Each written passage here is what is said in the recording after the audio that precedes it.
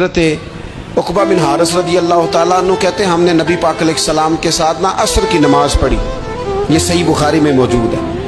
فرماتے حضور سلام پھیرتے ہی فوراً اٹھ کے گھر تشریف لے گئے۔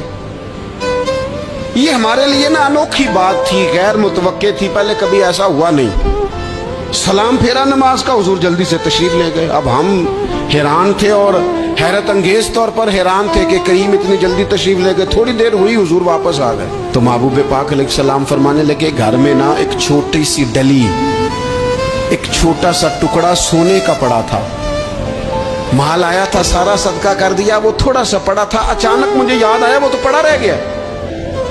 تو حضور فرمانے لگے میں نے کہا کہیں ایسا نہ ہو جائے کہ ساری رات گزر جائے اور میرے گھر میں پڑا ہی رہ جائے، میں جلدی سے جا کے اسے خیرات کر دوں۔ میں نے خیرات کیا پھر میں واپس آ گیا ہوں۔ جلدی سے نیکی، جلدی سے نیکی کر لی جائے۔